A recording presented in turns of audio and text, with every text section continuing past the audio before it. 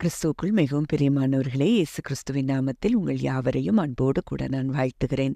இந்த நாளிலும் தேவன் நம்மோடு கூட இடைப்பட விரும்புகிற ஒரு வார்த்தை மத்தேயு 21 22 மேலும் நீங்கள் விசுவாசம் உள்ளவர்களாய் ஜெபத்திலே எவைகளை கேட்பீர்களோ அவைகளை எல்லாம் பெறுவீர்கள் என்றார். நாம் இந்த வார்த்தை சொல்லுகிறத நம்ம நன்கு கவனித்தா, நம்ம ஜெபத்துல என்னென்னலாம் கேட்கிறோமோ அது எல்லாவற்றையும் பெற்றுக்கொள்வோம் அப்படின்னு சொல்லி இங்க இயேசு சொல்லுகிறத பார்க்கிறோம். ஒருவேளை இந்த ஜெபத்திற்கு பதில் வராது, இதுக்கு நமக்கு பதில் கிடைக்காது, இது நீண்ட நாள் இப்படிதான் இருக்குது, அதனால இந்த ஜெபத்திற்கு நமக்கு பதில் கிடைக்காது அப்படின்னு சொல்லி நம்ம யோசிக்கலாம்.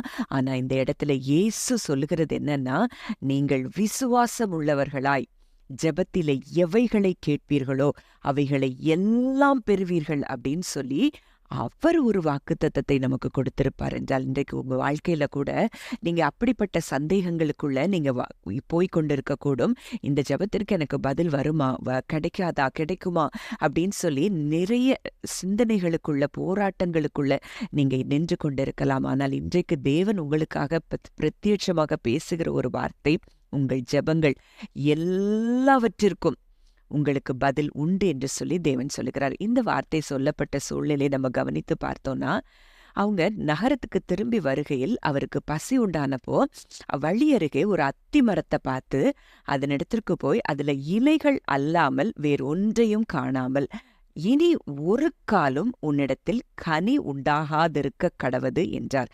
அப்போ அங்க பசி எடுத்து அவருக்கு அங்க சாப்பிட வரும்போது அங்க கனிகள் இல்லை அப்படின்னு சொல்லி, அதனால அங்க அத்தி மரத்தை இயேசு சபிக்கிறத பார்க்கிறோம்.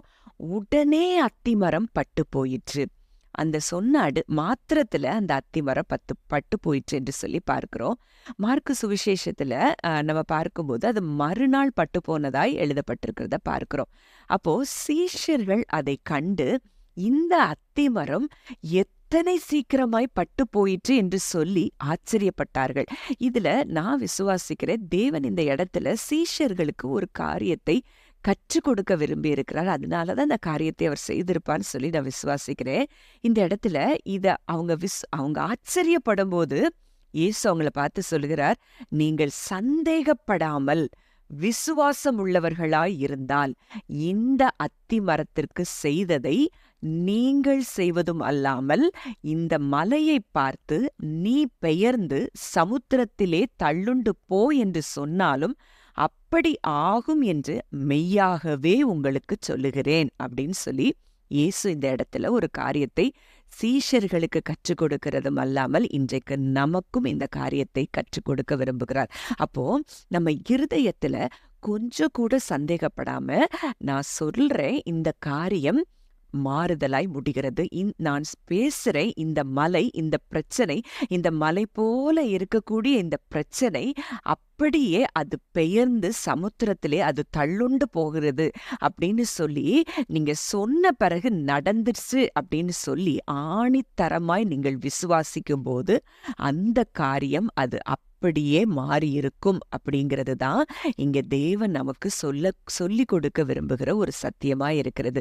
அப்போ இன்றைக்கு உங்க வாழ்க்கையில என்ன காரியமாய் இருந்தாலும், அது நெடுங்கால பிரச்சனைகளாய் இருந்தாலும், நெடுங்காலமான பதில்கள் கிடைக்காத ஒரு காரியமாய் இருந்தாலும், இன்றைக்கு நான் கேட்டுட்டேன், என் தேவன் என் ஜெபத்திற்கு பதிலை கொடுத்து விட்டார் அப்படின்னு சொல்லி சந்தேகம் இல்லாமல் நம்ம விசுவாசமா இருக்கும் பொழுது, விசுவாசிக்கிறவனுக்கு எல்லாம் கூடும் என்று சொல்லி வேதம் சொன்னபடி அந்த வார்த்தையின்படி இன்றைக்கு நமக்கு எல்லா காரியங்களுக்கும் தேவன் நமக்கு பதில்களை தர விரும்புகிறார். அவர் தந்து விட்டார் என்று சொல்லி தேவன் இன்றைக்கு நம்மோடு கூட இடைப்படுகிறார். ஜெபிக்கலாம். அன்பின் பரலோக தகப்பனே, நன்றியோடு உம்மை துதிக்கிறோம், ஸ்தோத்தரிக்கிறோம். அப்பா, இந்த நாளிலும் நீர் எங்களோடு இடைப்பட்ட உம்முடைய வார்த்தையின்படி அப்பா, நாங்கள் விசுவாசம் உள்ளவர்களாய் ஜெபத்திலே எவைகளை கேட்பீர்களோ அவைகளை எல்லாம் பெறுவீர்கள் என்று சொல்லி நீங்க வாக்கு கொடுத்திருக்கிறீங்கப்பா. இந்த நாளிலும் இந்த சத்தத்தை கேட்கிற ஒவ்வொருவருடைய ஜெப விண்ணப்பங்கள் எதுவாயிருந்தாலும் அவைகள் எல்லாவற்றிற்கும் கர்த்தர் நீர் பதில்களை கொடுக்கிறபடியினால் நன்றி செலுத்துகிறோம். அப்பா, இன்றைக்கு என்னோடு கேட்கிற அப்பா உம்முடைய மக்கள் ஒவ்வொருவரையும் மனதார நான் ஆசீர்வதிக்கிறேன். அவங்க வாழ்க்கையில எந்த பிரச்சனைகள் இருந்தாலும் அந்த பிரச்சனைகளை பார்த்து, மலை போல இருக்கிற அந்த பிரச்சனைகளை பார்த்து நான் பேசுகிறேன். இயேசுவின் நாமத்தினாலே அந்த பிரச்சனைகள் எல்லாம் சமுத்திரத்திலே தள்ளுண்டு போகும்படி நான் கட்டளை கொடுக்கிறேன். இப்பொழுதே அந்த பிரச்சனைகள் மாறி போனதற்காய் ஸ்தோத்திரம். கர்த்தர் அற்புதம் செய்ததற்காய் ஸ்தோத்திரம். இயேசுவின் மூலம் கேட்கிறோம் ஜீவனுள்ள நல்ல பிதாவே, ஆமென்.